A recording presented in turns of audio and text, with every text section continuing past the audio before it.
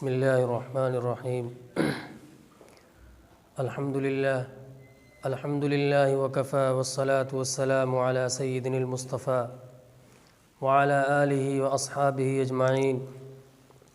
اما بعد قال اللہ تبارک وتعالی فی القرآن المجید والفرقان الحمید اعوذ باللہ من الشیطان الرجیم بسم اللہ الرحمن الرحیم یا ایھا الذین آمنوا توبوا الی اللہ توبۃ نصوحا وقال النبی صلی اللہ علیہ وسلم التائب من الذنب کمن لا ذنب له صدق اللہ العظیم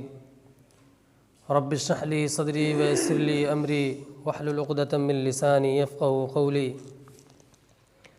رب اشرح لی صدری ویسر لی امری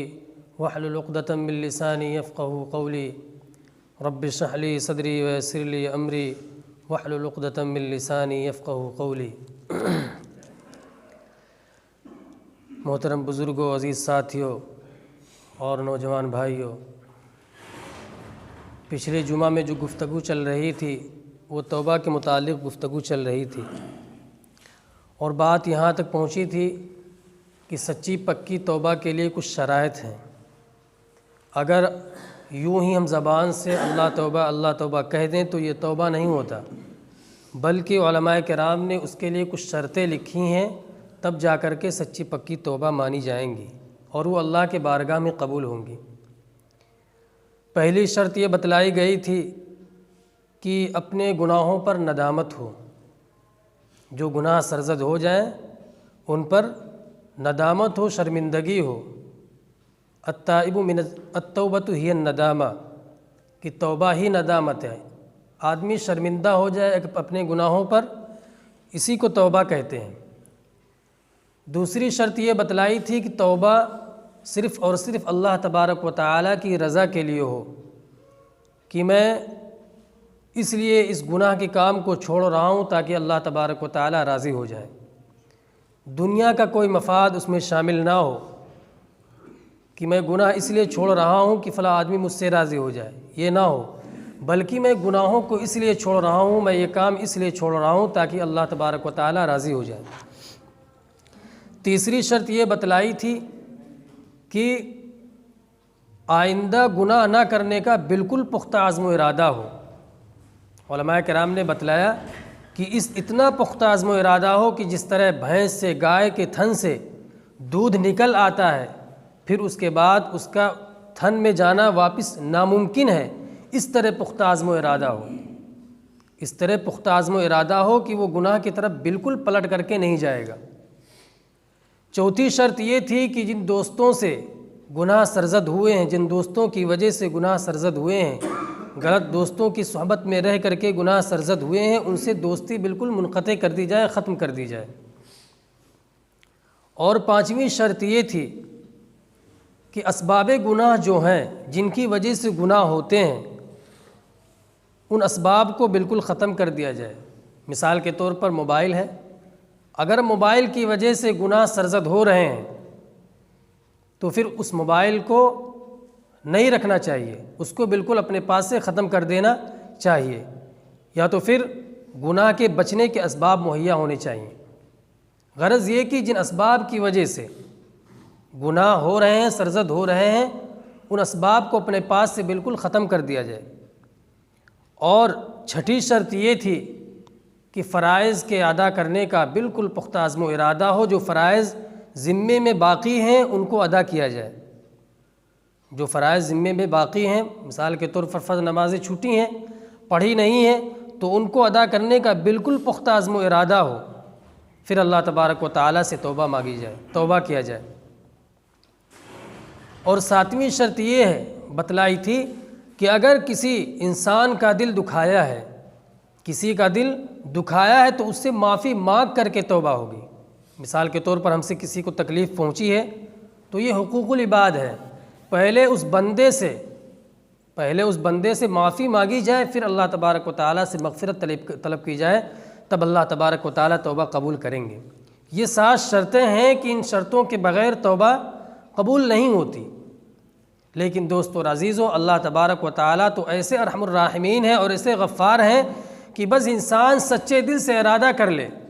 انسان سچے دل سے ارادہ کر لے، اللہ تبارک و تعالیٰ معاف فرما دیتے ہیں۔ ایک انسان تھا، اس نے اللہ تبارک و تعالیٰ کی عبادت میں اللہ تبارک و تعالیٰ کے حکم کے مطابق 20 سال گزارے۔ 20 سال گزارنے کے بعد پھر وہ ایک عورت پر فریفتہ ہو گیا، ایک عورت پر عاشق ہو گیا، اور 30 سال اس نے اللہ تبارک و تعالیٰ کی نافرمانی میں گزارے۔ 50 سال کا جب ہو گیا، جب اس کو بڑھاپا نظر آنے لگا، تو اس نے سوچا کہ مجھ کو کہیں اور جانا تھا اور میں کہیں اور چلا گیا، مجھ کو کہیں اور جانا تھا اور میں کہیں اور چلا گیا، میں راستے سے بھٹک گیا۔ وہ رات میں سوچتا رہا، ایک دن ایسا آیا اس کے اندر رحمت خداوندی نے جوش مارا، اور وہ رات میں اٹھا اور اللہ تبارک و تعالیٰ کی بارگاہ میں اپنے ہاتھوں کو اٹھا کر کے اللہ تبارک و تعالیٰ سے گریہ وزاری کرنے لگا کہ اللہ، میں نے 30 سال آپ کی نافرمانی کی، کیا میرا پلٹنے کا کوئی راستہ ہے؟ آپ کے دربار میں پلٹنے کا کوئی راستہ ہے؟ جب وہ اللہ تبارک و تعالیٰ سے خوب رو رو کر کے دعائیں مانگنے لگا تو آواز آئی کہ 20 سال تک تو نے مجھ سے لو لگایا، میں نے تیری طرف توجہ کی اور میں تجھ سے محبت کرنے لگا، میں نے تجھ کو اپنا دل دے دیا۔ 30 سال نافرمانی کرنے کے بعد اب تو کہتا ہے کہ میرے لیے کوئی بخشش کا راستہ ہے تو آ جا، میں جس طرح پہلے تجھ سے محبت کرتا تھا میں ابھی بھی ویسے ہی محبت کرتا ہوں۔ تو دوستو اور عزیزوں، اللہ تبارک و تعالیٰ صرف بہانہ ڈھونڈتا ہے کہ انسان توبہ کرے، اللہ تبارک و تعالیٰ معاف کرنے کے لیے تیار۔ حضرت موسیٰ علیہ السلام کے زمانے میں ایک مرتبہ سیدنا حضرت موسیٰ علیہ السلام نے اللہ تبارک و تعالیٰ سے سوال کیا کہ اللہ، جب کوئی نمازی آدمی آپ کو پکارتا ہے تو آپ کیا جواب دیتے ہیں؟ تو اللہ تبارک و تعالیٰ نے کہا کہ موسیٰ، میں لبیک کہتا ہوں۔ پھر اس کے بعد حضرت موسیٰ علیہ السلام نے کہا کہ اللہ، جب آپ کو روزے دار آواز دیتا ہے تو آپ کیا جواب دیتے ہیں؟ تو اللہ تبارک و تعالیٰ نے کہا کہ موسیٰ، میں لبیک کہتا ہوں۔ پھر اس کے بعد حضرت موسیٰ علیہ السلام نے کہا کہ اللہ تبارک و تعالیٰ، جب آپ کو گنہگار آدمی آواز دیتا ہے تو آپ کیا جواب دیتے ہیں؟ تو اللہ تبارک و تعالیٰ نے فرمایا، لبیک یا عبدی، لبیک یا عبدی، لبیک یا عبدی، میں کہتا ہوں۔ 3 مرتبہ، یعنی کہ اللہ تبارک و تعالیٰ اپنے بندے کو بلاتا ہے۔ تو حضرت موسیٰ علیہ السلام نے کہا کہ اللہ، نمازی آدمی نے آپ کو پکارا تو آپ نے 1 مرتبہ لبیک کہا، میں حاضر ہوں۔ روزے دار نے 1 مرتبہ آپ کو پکارا تو آپ نے کہا 1 مرتبہ کہا لبیک، میں حاضر ہوں۔ اور جب گنہگار آدمی نے آپ کو پکارا تو آپ نے 3 مرتبہ کہا۔ تو حضرت موسیٰ علیہ السلام، اللہ تبارک و تعالیٰ نے کہا کہ موسیٰ، بات یہ ہے کہ نمازی آدمی کو یقین ہے، روزے دار کو یقین ہے کہ اللہ تبارک و تعالیٰ ہماری بات ضرور سنے گا، لیکن گنہگار کو بھروسہ نہیں ہے، اس لیے میں جلدی جلدی 3 مرتبہ کہتا ہوں تاکہ بندہ مجھ سے جو الفاظ کہنے والا ہے، جو کلمات کہنے والا ہے، وہ کلمات کہہ لے، اپنے گناہوں سے معافی مانگ لے اور میں اس کو معاف کر دوں۔ اس لیے میں جلدی جلدی 3 مرتبہ کہتا ہوں تاکہ وہ میرے آغوش رحمت میں آ جائے۔ تو دوستو عزیزو، اللہ تبارک و تعالیٰ اتنے غفار ہیں، اتنے بڑے غفور الرحیم ہیں کہ صرف بہانہ ڈھونڈتے ہیں کہ بندہ صرف ہماری طرف متوجہ ہو جائے اور 1 مرتبہ استغفار کے الفاظ کہہ دے، میں اس کو معاف فرما دوں، میں اس کو معاف کر دوں۔ آپ نے حضرت عبداللہ ابن مبارک رحمۃ اللہ علیہ کا نام سنا ہوگا، بہت بڑے اللہ والے اور اپنے زمانے کے امام تھے، اپنے زمانے کے بہت بڑے امام گزرے۔ ہارون رشید اپنے محل میں موجود تھے تو 1 مرتبہ ان کے محل کے قمقمے ہلے، ان کے محل کے قمقمے ہلے، دوڑ کر کے کھڑکی پر آئے، خادم کو آواز دی کہ دیکھو کیا بات ہے، ہمارے محل کے قمقمے کیوں ہلے؟ تو خادم نے کہا کہ بادشاہ سلامت، بات یہ ہے کہ عبداللہ ابن مبارک درس دے رہے تھے، ان کو چھینک آئی تو ان کے شاگردوں نے یرحمک اللہ کہا تھا۔ اتنا بڑا مجمع شاگردوں کا، وہ عبداللہ ابن مبارک جوانی کے عالم میں ایک لڑکی پر عاشق ہو گئے۔ اتنے بڑے اللہ والے، اللہ تبارک و تعالیٰ سے جب انہوں نے سچی پکی توبہ کی تو اللہ تبارک و تعالیٰ نے ان کو کیسا مقام عطا فرمایا اور کس بلندی پر لے جا کر کے کھڑا کیا۔ جوانی میں ایک لڑکی پر فریفتہ ہو گئے اور ہر وقت ذہن میں ہی بات رہتی تھی کہ ملاقات کیسے ہو، ملاقات کیسے ہو۔ آخرکار ایک مرتبہ بات طے ہوئی کہ عشاء کے بعد فلاں جگہ ملاقات ہوگی۔ حضرت عبداللہ ابن مبارک رحمۃ اللہ علیہ طے جگہ کے مطابق پہنچ گئے، اپنے وقت پر پہنچے، وہاں جا کر کے کھڑے رہے، انتظار کرتے رہے، کرتے کرتے پوری رات گزر گئی لیکن وہ لڑکی نہیں آئی۔ جب ان کے کانوں میں فجر کی اذان کی آواز پڑی اور جب مؤذن نے حی علی الصلاۃ اور حی علی الفلاح کے الفاظ کہے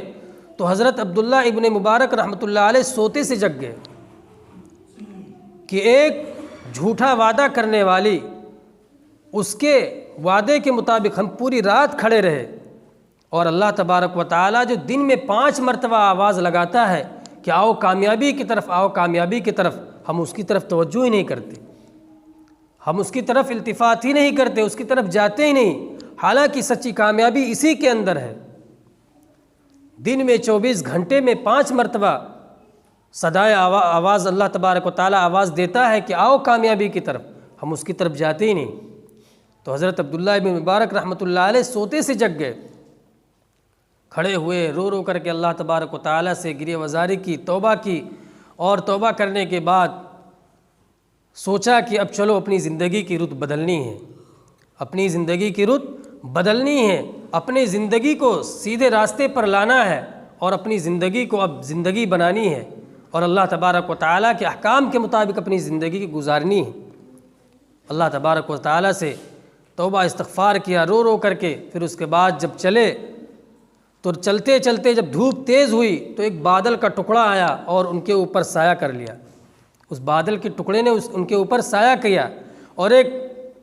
بڑے میاں تھے جو ان کے ساتھ ہو لیے، دونوں ساتھ ساتھ چلتے رہے، چلتے چلتے ایک مقام آیا کہ حضرت عبداللہ ابن مبارک رحمۃ اللہ علیہ کا راستہ اس طرف جاتا تھا اور بڑے میاں کا راستہ اس طرف جاتا تھا، بڑے میاں کو اس طرف جانا تھا اور عبداللہ ابن مبارک کو اس طرف جانا تھا۔ راستے میں حضرت عبداللہ ابن مبارک رحمۃ اللہ علیہ سوچنے لگے کہ بڑے میاں ہیں، اللہ تبارک و تعالیٰ نے ان کی وجہ سے ہم پر بھی کرم فرمایا کہ بادل کا ٹکڑا جو ہے ہمارے ساتھ ساتھ چل رہا ہے، چھاؤں کیے ہوئے ہے، دھوپ سے بچے ہوئے ہیں۔ اور بڑے میاں بھی یہی سوچ رہے تھے کہ جو ہے اللہ کا فضل ہے، اللہ تبارک و تعالیٰ کا احسان ہے کہ اس نے بادل کا ٹکڑا ہمارے سروں پر کر دیا ہے۔ لیکن جب راستے الگ ہوئے،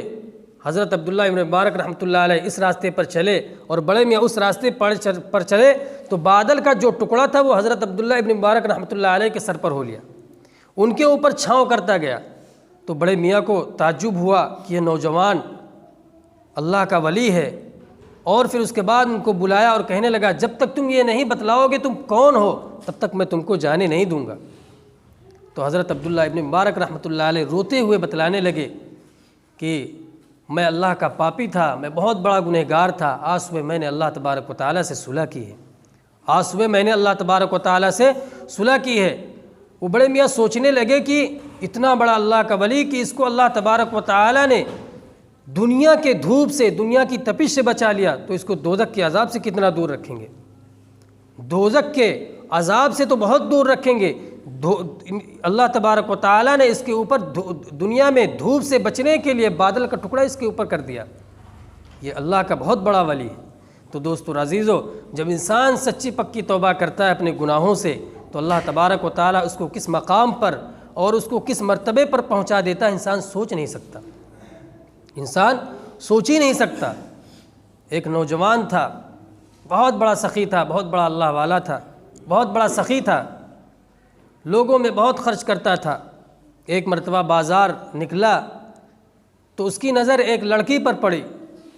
اس کی نظر ایک لڑکی پر پڑی تو اس کو دیکھتے رہ گیا، اس کو دیکھتے ہی رہ گیا۔ لڑکی نے جب بہت دیر تک دیکھا کہ ہماری طرف دیکھتا ہی دیکھ ہی رہا ہے تو اس نے کہا تم اللہ سے ڈرتے نہیں ہو؟ تو اس نوجوان نے کہا کہ کس چیز سے؟ تو اس لڑکی نے کہا کہ یعلم خائنۃ الاعین وما تخفی الصدور، کہ اس اللہ سے جو تمہارے دلوں کی خیانت کو بھی جانتا ہے، تمہارے آنکھ کی خیانت کو بھی جانتا ہے اور تمہارے دلوں کے خیالات کو بھی جانتا ہے۔ تو اس نوجوان نے کہا کہ اس لڑکی نے بہت بڑی بات کہی تھی لیکن میرا اس کا کچھ اثر نہیں ہوا۔ تو اس لڑکی نے کہا کہ بتاؤ تم کو میری کون سی چیز پسند آئی؟ اس نے کہا مجھ کو تمہاری آنکھیں بڑی پسند آئیں۔ وہ لڑکی گھر گئی اور گھر جاگنے کے بعد اس نے اپنی دونوں آنکھوں کو نکال کر کے ایک تشتری میں رکھا اور ایک کاغذ پر لکھا کہ میں ایسی چیز کو اپنے پاس رکھنا پسند ہی نہیں کرتی جس کی وجہ سے کوئی نوجوان گناہوں میں مبتلا ہو جائے۔ میں ایسی چیزوں کو اپنے پاس رکھنا پسند ہی نہیں کرتی۔ جب خادم لے کر کے وہ تشتری ان کے پاس آیا تو یہ رونے لگے اور اللہ تبارک و تعالیٰ سے سچی پکی توبہ کی، لیکن خیال آیا کہ میں نے تو اللہ تبارک و تعالیٰ سے توبہ کر لی ہے، لیکن جس کی وجہ سے مجھے توبہ کی توفیق ہوئی ہے اس سے بھی تو جا کر کے معافی مانگوں۔ جب صبح کے وقت یہ گئے تو کیا دیکھتے ہیں کہ اس لڑکی کا جنازہ اس کے گھر سے نکل رہا ہے، اس لڑکی کا جنازہ اس کے گھر سے نکل رہا ہے۔ دوستو اور عزیزو، جب انہوں نے سچی پکی توبہ کی، اللہ تبارک و تعالیٰ کی بارگاہ میں ہاتھ اٹھا کر کے گریہ وزاری کی، تو اللہ تبارک و تعالیٰ نے ان کو اپنے وقت کا بہت بڑا امام بنایا۔ اللہ تبارک و تعالیٰ نے ان کو اپنے وقت کا بہت بڑا رہبر اور بہت بڑا امام بنایا۔ تو دوستو اور عزیزو، بات وہی ہے کہ صرف ہمیں اور آپ کو سچی پکی توبہ کرنی چاہیے، سچی پکی توبہ کی اللہ تبارک و تعالیٰ سے توفیق بھی مانگنی چاہیے کہ اللہ تبارک و تعالیٰ ہمیں سچی پکی توبہ کی توفیق عطا فرمائے، اور پھر جو گناہیں زندگی کے اندر ہو رہی ہیں ان سے بالکل پختہ عزم و ارادہ ہو کہ میں اس گناہوں کی طرف پلٹ کر کے نہیں جاؤں گا۔ پھر دیکھیے کہ زندگی کیسے گلزار ہوتی ہے، زندگی کیسے اچھی لگتی ہے، اور جب گناہوں میں ہم ڈوبے رہیں گے، ہر وقت گناہیں ہم سے ہوتی رہیں گی، تو دوستو اور عزیزو ہر طرح کے چاروں طرف سے مشکلات ہم کو گھیرے ہوئے ہوں گے۔ تو ہمیں اور آپ کو اللہ تبارک و تعالیٰ کی بارگاہ میں سچی پکی توبہ کرنی چاہیے۔ پھر دیکھیے کہ حالات کیسے بدلتے ہیں۔ اللہ تبارک و تعالیٰ ہمیں اور آپ کو سچی پکی توبہ کرنے کی توفیق عطا فرمائے اور ان گزارشات کو قبول فرمائے۔ وما علینا الا البلاغ۔ جو حضرات سنت نہ پڑھیں سنتوں سے فارغ ہو جائیں۔